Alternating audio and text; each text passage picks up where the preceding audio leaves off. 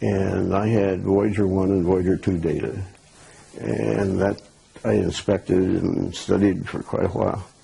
And that's when I wrote the first book. And I was so surprised at what I found that it took me like the 4 years to get the book published, because I wasn't sure that what I had was really right.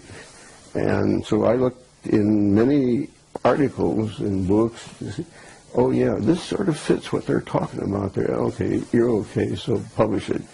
And so the book came out in 1985. Okay, and that's the Ringmakers. That's the Ringmakers. But the other one, this one.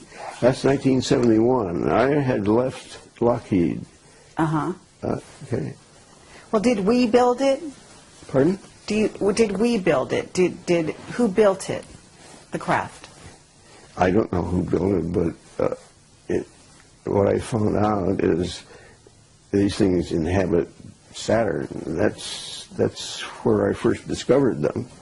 And they're proliferating. They're now at Uranus and Jupiter. Wherever you see some rings now, why, that's one of these. You see the craft. Yeah, I call it a ringmaker. Yeah. Okay, you call it a ringmaker. Yeah, and I can say it's electromagnetic because I can identify streamline patterns with respect to it that I knew were what we call potential lines, and that says it was electrical. When I worked at Lockheed, I had documents that were indeed top secret. Really? Wow. Oh yeah.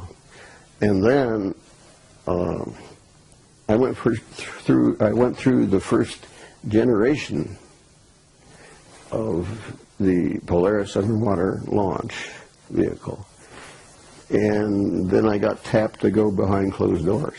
Oh, you did? Yeah, and I was there for till I got claustrophobia. 3 doors to get to your... Yeah, I had to sign my life away for 30 years. Wow. Is it still in effect right now? No. No? So could you tell me anything? No. You can't? Mm-mm. Why? What would happen? I'd prefer not to find out. You might have seen some craft in those hangars. Is that right? It was my first clue that there was something in space that was different. Okay. I was handed one day a set of data.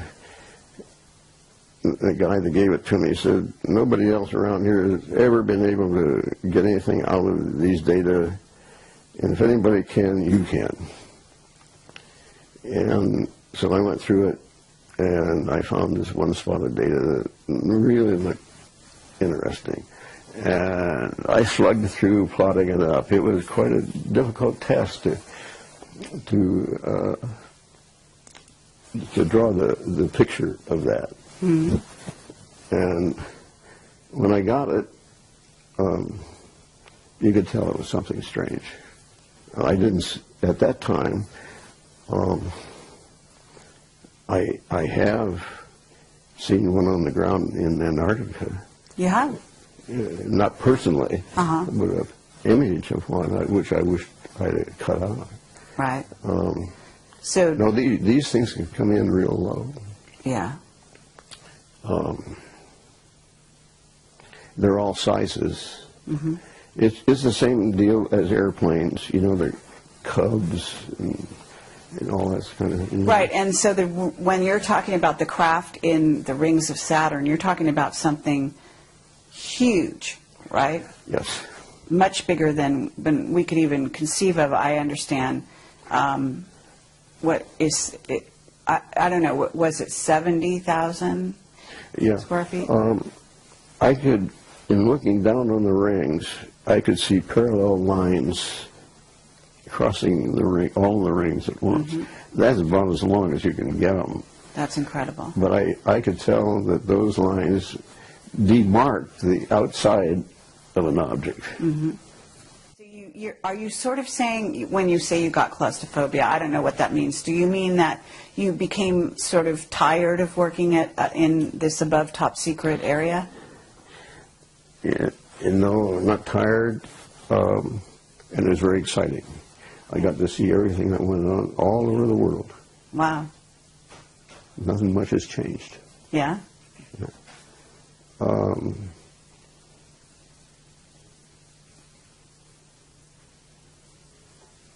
I don't know.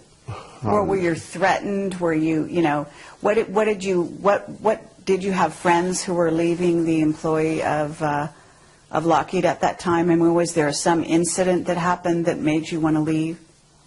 No, it wasn't that. Let's just say that you're confined to one room day after day, year after year, same walls, so forth. That's claustrophobia. I see. But I knew that, hey, there's something going on out there, and see if you can't find it. Okay, but have you heard that NASA alters their footage coming from the moon, etc.? I know some of the things they do with it, yeah. Okay, so even their footage is not always dependable, right? Although I guess it's dependable to begin with. It's just that they start altering it later. I have been told by a very reliable source. He asked me what camera did I get that image from on the moon. I said, Hasselblad. And he said, that's right. He says, I thought we darkened that enough that you wouldn't find it. Oh, yes. So you were finding things that they thought they covered up. Yeah. Incredible. Yeah. That must have been a lot of fun. And this guy says, well, I suppose you want me to go out and tell everybody about that. I said, no, I don't want to embarrass you. That doesn't make any difference to me. Whatever you want to do is fine with me. I'm just saying I found what you saw. Then we're able to, sort of look at and keep in sort of pristine condition. I'll tell you, at this juncture, I don't know what I have. I finally went to put it in a vault that the people claim nobody can get in here, including the government. But unfortunately, somehow, somebody did. Oh, really? Yeah. And what they do is, like, I have some of it on a laptop, some of it just on discs and so forth. They garble it. They run it through something and they garble it. So it's no longer... And sometimes there's just nothing on there. And I know that there should be something, and there's nothing. So I don't know how much of the early stuff I can put together. What I do know is I can put together it any time. Okay, so I don't need that old stuff, you can tell people. Really? I don't need it. Because you're familiar with the landscapes, you know where things are. I know where, I'm familiar with the landscape, I know pretty much what's going on. It's sort of simple.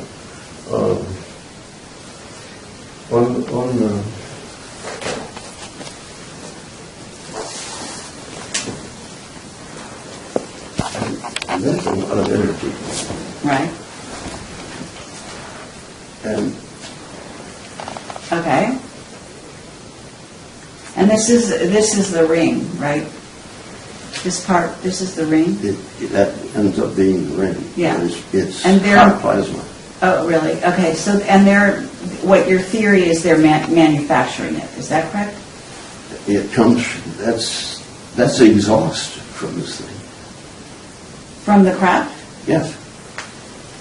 Is it because, are they stationary or are they moving, the craft?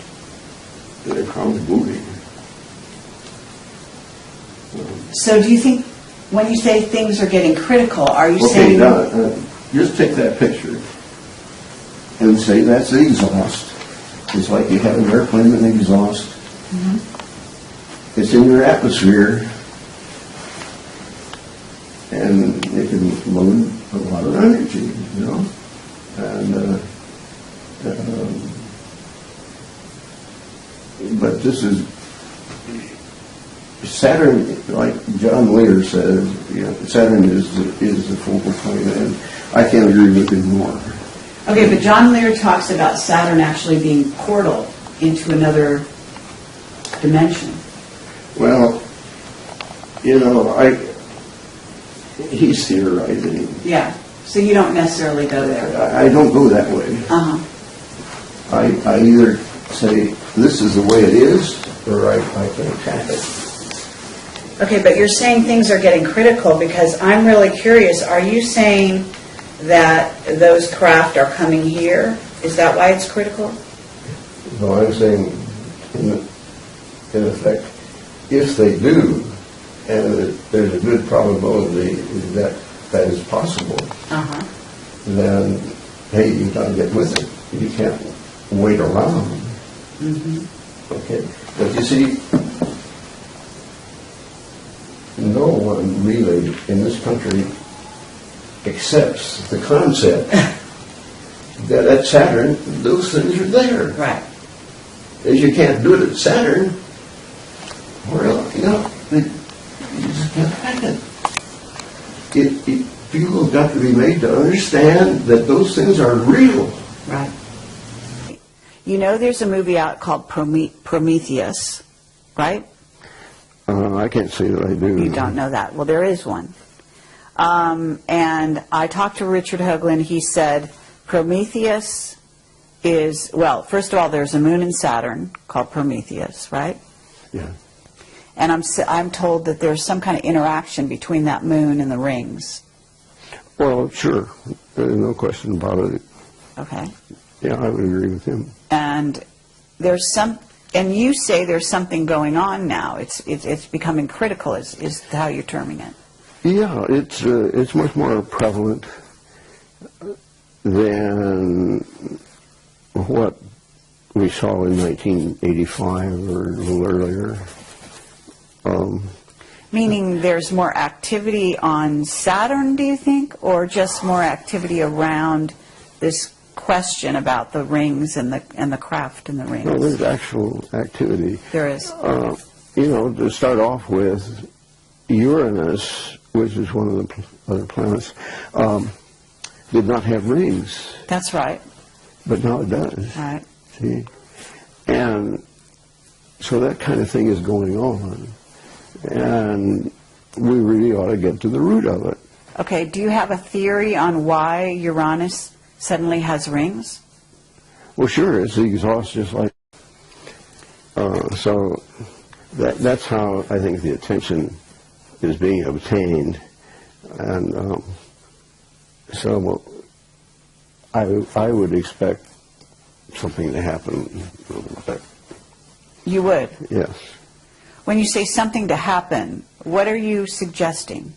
I'm suggesting that Stanford, let's say, well, let's look into what Norm's doing. As far as my own professional organization is concerned, it does not fit at all with their objectives. How is it different? It's too controversial. Your theories, you mean? Now look, this is not a theory when there's data. If I propose something, that is a theory. Okay, so your data or your conclusions? Yes, conclusions. Your conclusions Yeah. are too controversial, is what you're saying? Yeah. Okay. Yeah. They don't want to get involved in that. But if there, as you say, there are new rings around Uranus, and there's other activity on other planets too, isn't there? In the solar system? Jupiter? And what's happening with Jupiter? It's getting rings. It's getting rings. Okay, and are you seeing craft there as well? Vehicles, as you call them? I haven't identified craft, but I can tell you that where there's rings, there are these things. So we have these ring makers, Yeah. and they create tremendous energy. yeah. Can you tell us more about what you think is going on there? You've got any ideas along those lines? Well,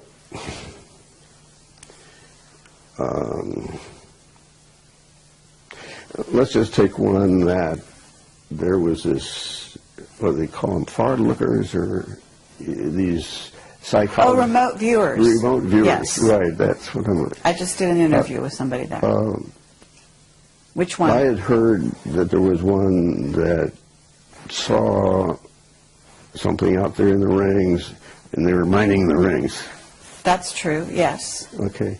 I think I read her book, and she couldn't see anything from the side, but when she looked from the top down, why, that's when she saw things.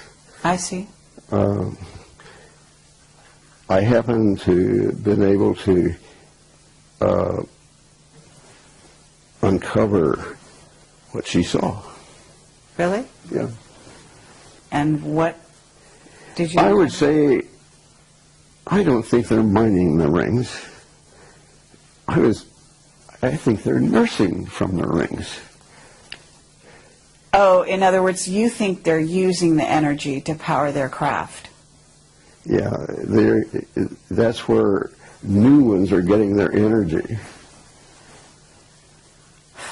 New vehicles are getting their energy? Yeah. You start out small, just like a baby, and then they get bigger. Oh, right, because you say that you believe they're sort of like alive. Do you believe they're plasma vehicles, what's called a plasma vehicle? Have you heard that terminology? Well, I've never heard them called plasma vehicles, but I can understand why somebody might say that, yes. Mm-hmm. Yeah, I wouldn't make a big deal over that.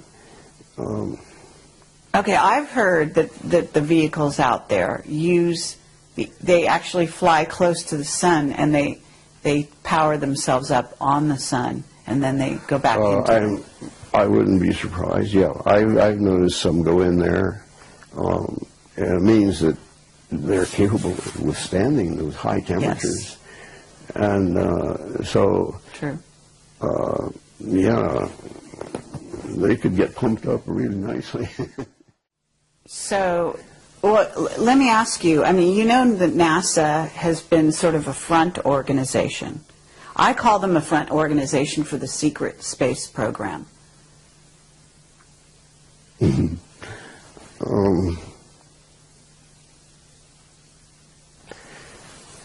I don't know about being front.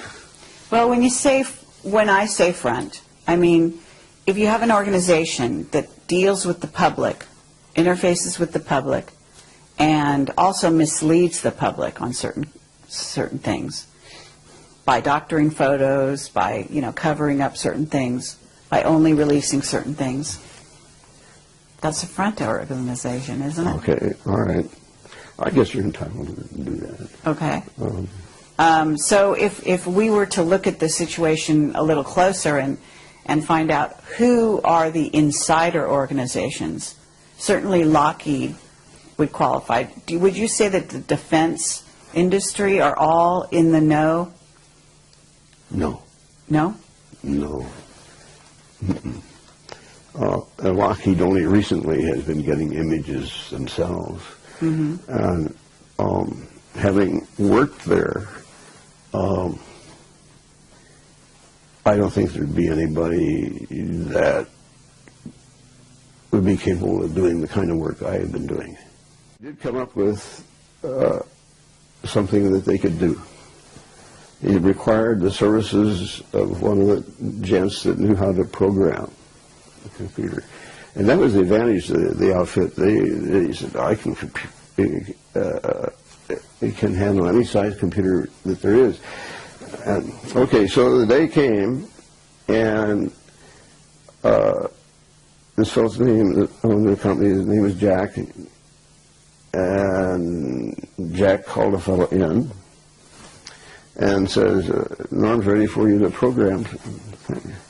Jack, I'm going to have to think about that. Can I tell you over in the morning what my decision is? Yeah, think it over. Next day came, he says, Jack, I can't do it. I am an aerodynamic specialist, and if I do this other, I'd ruin that. It's a no-go. Oh, how interesting. Yeah, that was his attitude. And you check around, and the good guys still have that attitude. Right, that they don't want to get their hands dirty. They don't want to be sort of tarred with the same brush. They've chosen, their route. Straight and narrow. Yeah, you come along and deviate them. They can't hack it. Very interesting. Do you believe that we're communicating with them? Have you had any evidence of that? Oh, no. No, we are not capable of doing that. SETI has tried to communicate with extraterrestrials, and they haven't done it yet. They have chosen the type of person, the type of entity that they want to communicate with is somebody that knows how to build radios. Right. That constrains them in their thinking immensely. Right. Okay. There is one flight out to Saturn where the instrument flew by the ring. And the idea was to sense the plasma in there. It had a wide frequency range, and it turned out to be plasma. And so and they knew the speed, and they knew the time it took to pass the ring, and so they knew how thick it was. And now that was a plasma indicator. Okay. So it has been measured that indeed there is plasma rings. Mm-hmm. But you read also where, this is a bunch of broken up moons that got there, and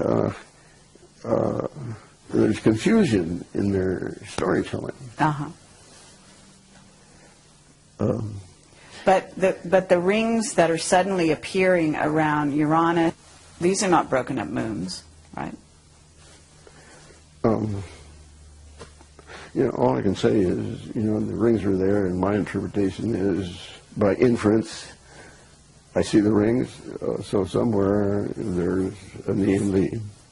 And they're never where you think they're going to be. Of Saturn, and they've seen that there's a hexagonal shape. Yes. You've heard of that? Yes. That seems to support your theory or your conclusions. That's what he said. Do you agree with that? Any geometric form can be made. Okay. But you don't see anything. I mean, isn't there a significance to the hexagon in the Saturn symbology? Well, I would never expect a hexagon there, but I had never expected to see some of the other things I've seen either, so I did want to visit Saturn in the write-up I did, because there are some things that need to be fleshed out for people. But he told me that as an engineer, you really ought to get law under your belt, because you know the nomenclature, and these are the guys that are running the country, basically. Mm-hmm. And they really don't know about some things that they should, but they just do it. And so over a period of 10 years, I got a law degree. Oh, you did? Wow, that's incredible. And on top of everything else you were doing, you got a law degree. I found it just exactly like the prof said, yeah. And that's what made it so easy to go in. To go in to Otherwise, do- I wouldn't have done it.